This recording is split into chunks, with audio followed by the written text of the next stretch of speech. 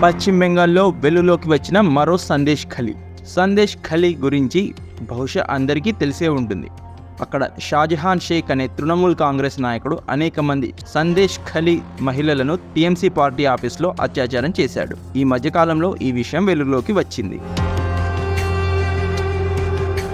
అయితే ఇప్పుడు కొత్తగా పశ్చిమ బెంగాల్లోని మరో సందేశ్ ఖలీ వెలుగులోకి వచ్చింది. ఆ ప్రాంతం పేరు శక్తిపూర్. ఈ శక్తిపూర్లో కూడా ఒక బడా తృణమూల్ కాంగ్రెస్ నాయకుడు ఉన్నాడు. అతని పేరు ప్రదీప్ సర్కార్. ఈ ప్రదీప్ సర్కార్ ప్రతిరోజు శక్తిపూర్ వచ్చి నేరుగా ఆడవాళ్ళు ఒంటరిగా ఉన్న ఇళ్లకు వెళ్ళి వాళ్ళపై అత్యాచారాలు చేసేవాడట. పైగా ఈ విషయం ఎక్కడైనా చెబితే ఆ మహిళల భర్తలను చంపుతానని బెదిరింపులు చేసేవాడట. అయితే శక్తిపూర్ మహిళలు అనేక సార్లు పోలీస్ కంప్లైంట్ ఇచ్చినప్పటికీ పశ్చిమ బెంగాల్ పోలీసులు ఎటువంటి యాక్షన్ తీసుకోలేదు.